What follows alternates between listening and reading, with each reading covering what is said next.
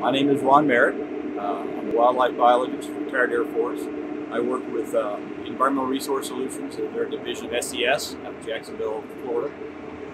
SES and ERS are contractors for the Air National Guard Bureau, and we review all the badge programs for Air National Guard units nationwide. Well, the purpose of the visit is to review the unit's bird aircraft strike hazard management plan. And we typically show up, do an in-briefing, and then we spend the rest of the morning looking around the airfield to see what type of habitat is on the airfield, what types of priorities have been set and met on modifying habitat, fencing, drainage, that type of thing. We usually meet with the airfield management safety folks from the airport side and from the Guard side. Often U.S. Department of Agriculture and Wildlife Services is present. They do a lot of the active work on the airfield as well. Basically to see what needs attention, if there's anything we can bring to the table in terms of adding resources or emphasis to different program elements. So we look first around the airfield, look at the habitat, those things that might attract birds, wildlife, fencing, things that might preclude animals from getting onto the airfield or access to the airfield, vegetation like trees that provide perching sites, etc. Well, we started looking inside the airfield around the perimeter of the runways and associated ramps, hangars, and things like that. And then we typically take a look at it if the mission for the unit is away from the airfield, if they have a drop zone, landing zones that they frequent, or that type of area. And we'll also go and look at those fields if they're close enough. Today we had an opportunity to do that with the support of the Army Guard. Flew us out in helicopter. And when you circle the airport with a helicopter, you can see in hours an hour what would take you weeks to see from the ground. So you literally get the bird's eye view of the landscape. And then you can kind of determine whether or not there's land uses, landfills, lakes, golf courses, those types of land uses that attract birds and wildlife. And their proximity to the airfield and corridors that birds and wildlife might use getting to and from the airfield. A lot of that comes down to how we manage community planning efforts and what type of resources need to be allocated at the unit itself to manage or mitigate that. BASH is one of the best acronyms in the Air Force. It stands for Bird Aircraft Strike Hazard. It really is Bird Wildlife Aircraft Strike Hazard. It's looking at birds and other wildlife in and around the airfield to get access to the airfield, get into the flight path of the aircraft, impact the engines, impact other components, windshields, etc. that will affect the course of flight. So we could actually lose an aircraft due to a strike, ingestion of the bird, loss of power. We can cripple the aircraft, and we do a lot of damage to wildlife as well. The purpose of the BASH program, Bird Aircraft Wildlife Hazards, is to reduce impacts between birds and wildlife and aircraft. Aircraft ingestions of engines, multiple strikes, are capable of taking an airplane out of the sky, causing it to crash on takeoff or landing.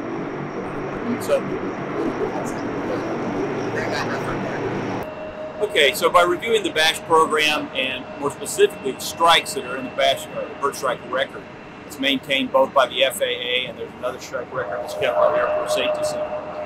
By looking at that, we can determine what types of animals and birds are being impacted.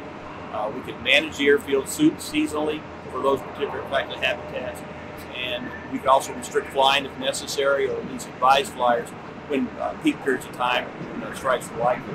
For instance, here there's a period of time in the summer when bats leave an area where they roost during the day and come out at night, and by knowing when and where that occurs, we can avoid flying at those critical hours.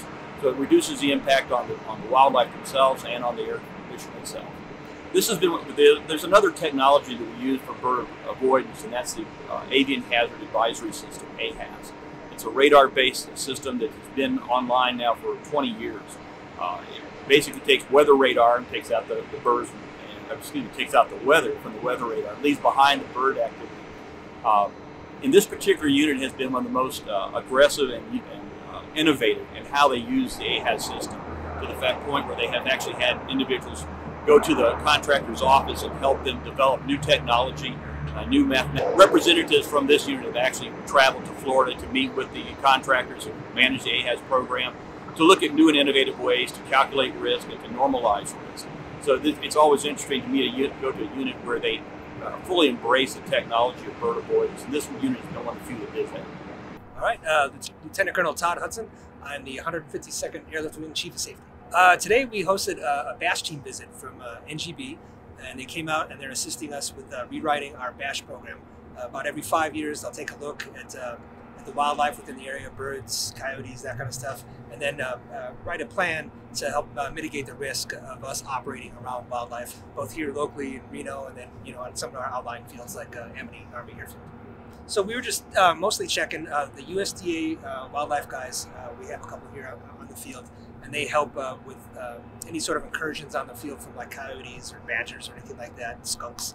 A deer was on the field earlier this year.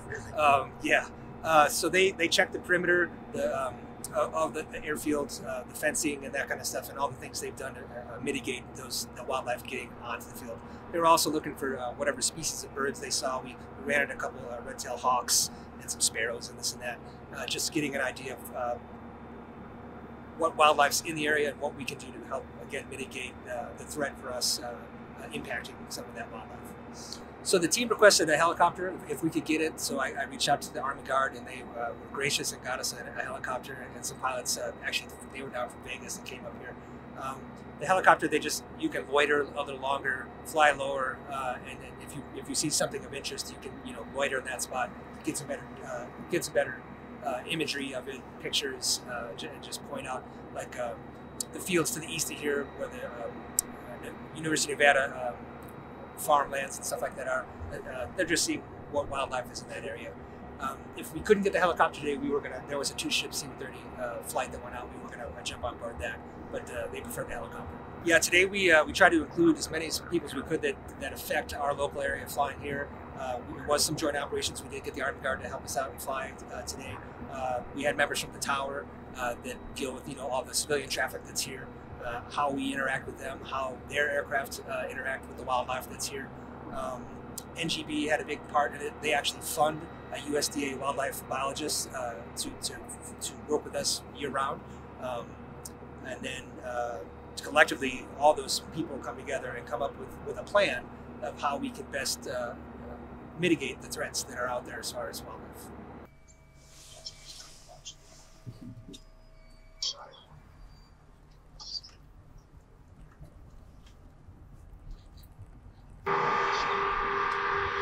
So the Guard provides the ARF.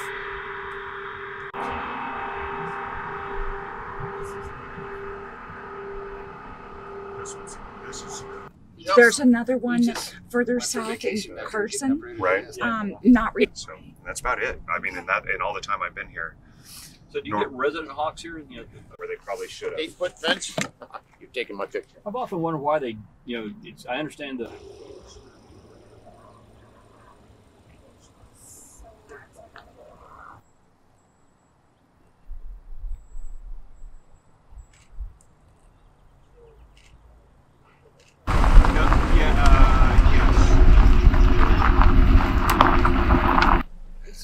I don't know. That's weird. Yeah, that's new. I don't.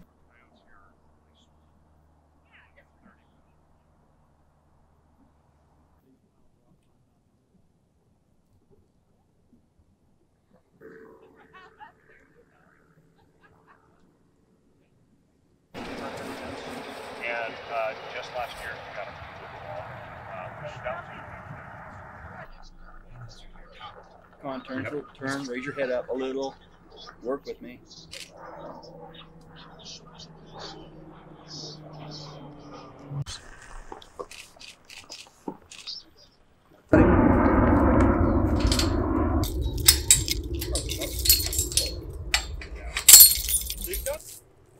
Yep, right there.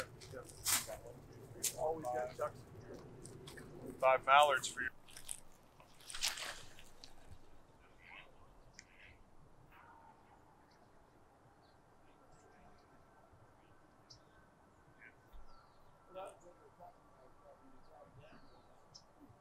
Like I said, I've never really known how much of an obstruction. This is the other side of the. So this is still from what? If you slipped and fell in there, you're done. Yeah.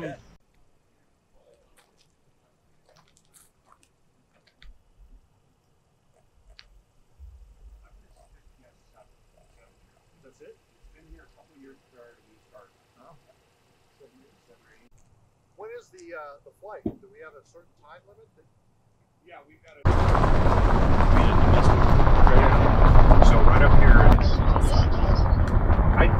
is. We've noticed it. Covering at night, like a four ship or two ship, overhead. You want to check tires? Thank you. Bye. We're good to go. So he has the room. You can roll it. I'm sorry, 250. Sorry, man. Just roll them over. Oh yeah, that's right.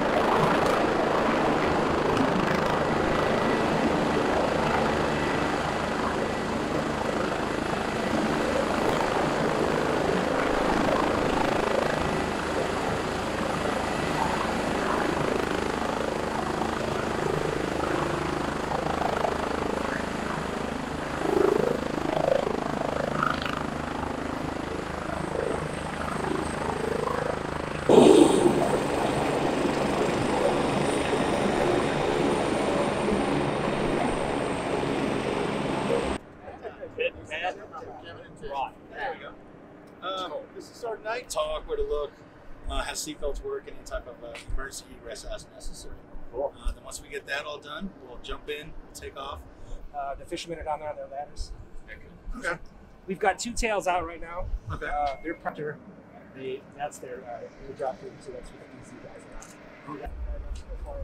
Okay. They'll be finishing up probably by the time you guys are Rollers flight. They're going They're to not. fly The probably 130s. 300 feet towards the train and then do a zoom climb. Green protection. Good. Good.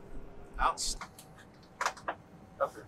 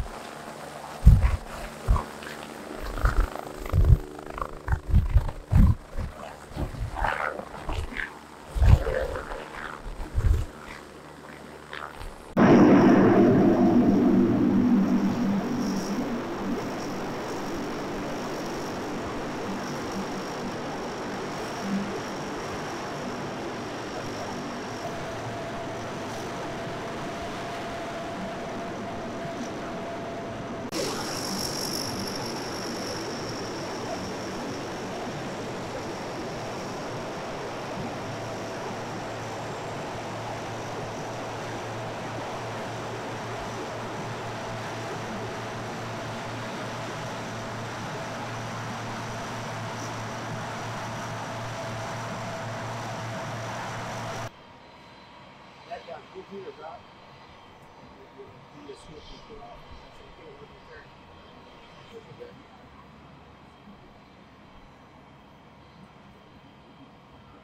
right.